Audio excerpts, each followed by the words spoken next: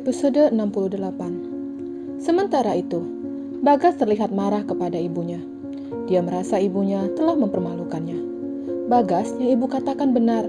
Tari sendiri yang mengatakan kepada ibu kalau dia sudah bercerai, ujar ibunya sembari menoleh ke arah anaknya yang sedang menyetir. Tapi kenyataannya apa? Ada dua pria datang ke rumah itu. Dan aku yakin kalau kedua pria itu suami Putri dan Tari, ujarnya marah. Aku malu, Bu, ujarnya lagi sembari memukul setir kemudi. Maafkan ibu tidak tahu kalau Tari telah membohongi kita, ujar wanita itu lagi. Mulai sekarang, jangan pernah menjodohkanku dengan siapapun, serunya tegas. Wanita parubaya itu menganggukkan kepalanya. Impiannya untuk menikahkan anaknya dengan Tari harus dikuburnya dalam-dalam. Ucapan Nathan membuat Andre kaget. Dia menatap bosnya dengan tatapan penuh selidik. Jangan bercanda. Aku tidak sedang bercanda. Kamu tahu kerasnya Putri. Dia tidak akan mau kembali ke ibu kota dengan alasan mau menemani saudarinya. Jika kamu menikah dengan Tari dan membawa wanita itu bersamamu, pasti Putri akan tenang dan mau ikut denganku, jelasnya. Kamu kalau ngomong yang benar, mana mungkin aku menikah dengannya? Apalagi dia pernah kamu tiduri, ujar Andre pelan. Iya memang, aku pernah menidurinya, tapi itu sudah lama terjadi dan hanya sekali, sahut Nathan sembari melirik ke arah gorden pintu yang menuju ke arah dapur. Dia khawatir Putri atau Tari mendengar percakapan itu, yang mana akan membuat saudari kembar itu marah. Aku belum memikirkan pernikahan, tolaknya. Ayolah, aku sudah menikah, dan kamu tahu aku mencintai Putri, dan tidak akan menceraikannya. Sudah saatnya kamu memikirkan masa depan. Kamu memintaku menikahi Tari hanya karena ingin membawa Putri ke kota. Jadi sebenarnya, kamu ini sedang memanfaatkanku, gerutunya. Hahaha, kamu benar, Nathan tertawa. Sementara itu di dapur, Tari menyiapkan teh untuk Nathan.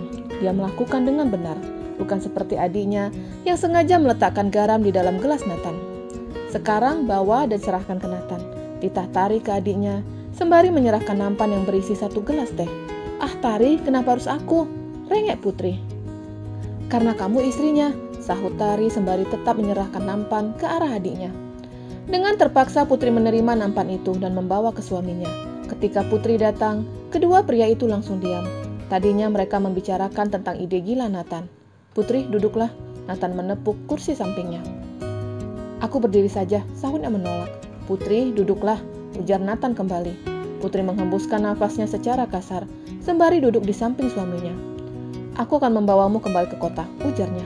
Sudah aku katakan kepadamu, kalau aku tidak mau pergi dari sini, aku akan menemani Tari, sahut Putri dengan nada tinggi. Iya, aku tahu.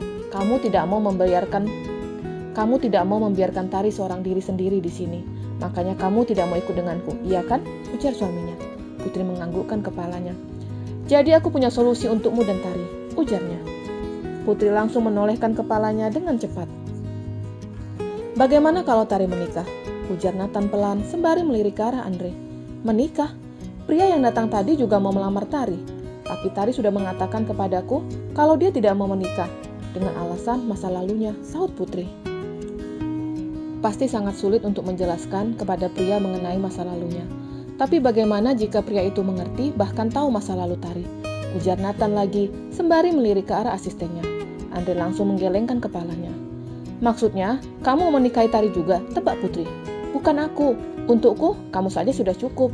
Tapi dia yang akan menikah dengan Tari. Nathan menunjuk ke arah Andre. Andre? Putri membulatkan matanya tidak percaya.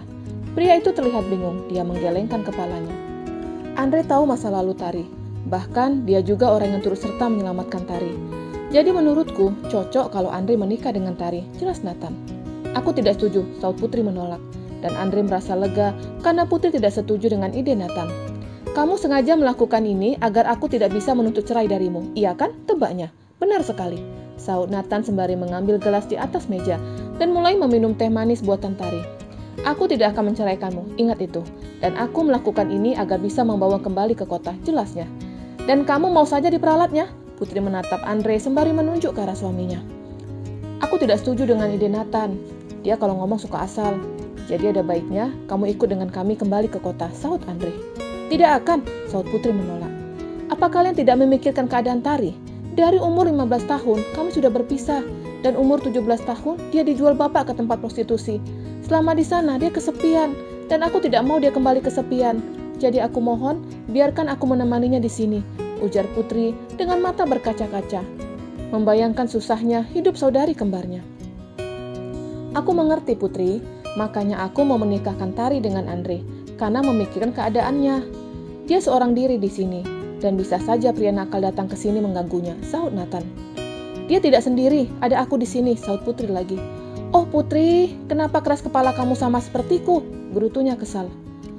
Sepertinya kalian memang berjodoh, timpal Andre. Dan pasangan itu langsung menoleh ke arah Andre.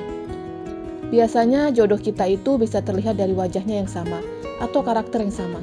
Kalau aku perhatikan, kamu dan Nathan tidak mirip, tapi sifat kalian sama-sama keras, sama-sama kepala batu. Jelas Andre sembari tersenyum. Tari masuk ke ruang tamu dan menghampiri mereka. Pasti Tuan belum makan, saya sudah menyiapkan masakan sederhana, ujar Tari. Kamu benar Tari, saya dan Andre belum makan, apalagi Andre. Dia belum makan dari semalam, sahutnya mengarang. Nathan sengaja melakukan itu untuk melihat reaksi Tari, tapi kenyataannya Tari hanya diam tanpa bereaksi apapun. Saudari kembar itu masuk ke dalam dapur, dan kedua pria itu saling pandang. Kamu lihat, dia pintar masak. Mau istri seperti apa yang kamu cari? Sudah cantik, Tari pintar masak, ujar Nathan sembari beranjak ke dapur. Ketika sampai di dapur, dia terperangah. Ini dapur kalian? Tanyanya yang merasa jijik dengan keadaan dapur itu, di mana dapur itu masih menggunakan kompor sumbu bukan gas, dan di bagian samping sebuah tempat masak dengan menggunakan kayu bakar. Kenapa? Kamu jijik menginjakkan kaki di sini? Tebak Putri sembari menarik kursi. Nathan tidak mengatakan apapun. Dia hanya menarik kursi dan duduk sembari memandang atap rumah yang tanpa memiliki plafon. Silakan, ujar Tari sembari membuka tudung saji. Dan lagi-lagi Nathan terperangah. Dia terkejut ketika melihat lauk hanya berupa tempe goreng dan sambal serta sayur bening. Apa tidak ada ayam atau ikan? Tanyanya. Ada, saut Putri singkat. Kalau ada, kenapa tidak makan itu saja? Ujarnya sembari menatap makanan itu. Adanya di pasar, bukan di sini, timpal Tari sembari tersenyum. Lalu ikan? Tanya Andre. Kalau mau makan ikan, mancing dulu, saut Putri. Kalau tidak mau makan, silakan cari makan di tempat lain, usir Putri. Aku mau makan. Nathan langsung menyendokkan nasi ke dalam piring, sayur, dan sambal. Begitupun Andre ikut melakukan hal yang sama. Kedua pria itu mulai menyendokkan makanan ke dalam mulut mereka. Nathan mengunyah makanan itu dengan mimik wajah aneh. Dan hal itu membuat saudara kembar itu lucu. Ketika hendak menelan makanannya, Nathan harus memejamkan matanya. Kenapa kamu menutup mata? Tanya Putri. Aku sedang membayangkan makanan ini iga sapi, sahutnya sembari tetap menutup matanya. Setelah makan pulang, usir Putri. Ucapan Putri membuat Nathan tersedak. Dia buru-buru menegakkan air putih yang ada di samping kanannya.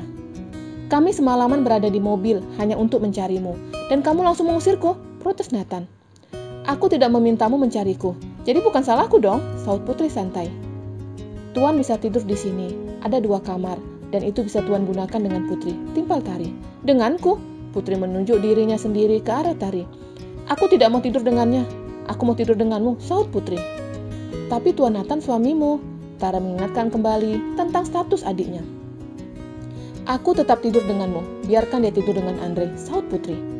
Daripada tidur bareng dengannya, lebih baik tidur di luar. Akhirnya kedua pria itu selesai dengan makanannya. Setelah itu, kedua pria itu kembali ke ruang tamu. Tinggallah saudari kembar itu yang sibuk membersihkan meja dan Putri mencuci piring. Tari, ujarnya pelan. Iya, ada apa? Tanya Tari balik. Pria yang datang tadi cakep, dan dia sepertinya serius mau menikahimu. Ujarnya membuka pembicaraan.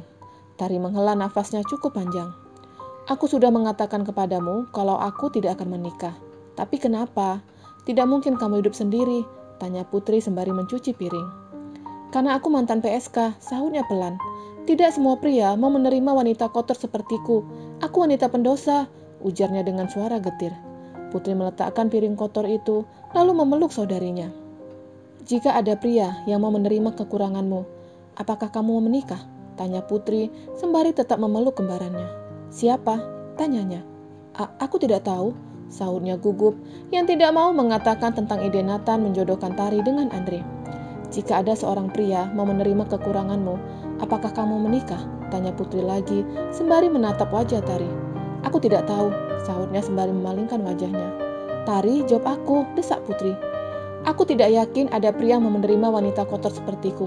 Kamu tahu dosaku tidak akan bisa hilang dengan disiram atau digosok. Dosa ini membuatku enggan untuk menikah, ujarnya menangis. Setiap orang memiliki dosa. Aku juga ada dosa, begitupun yang lain juga ada dosa, sahut Putri.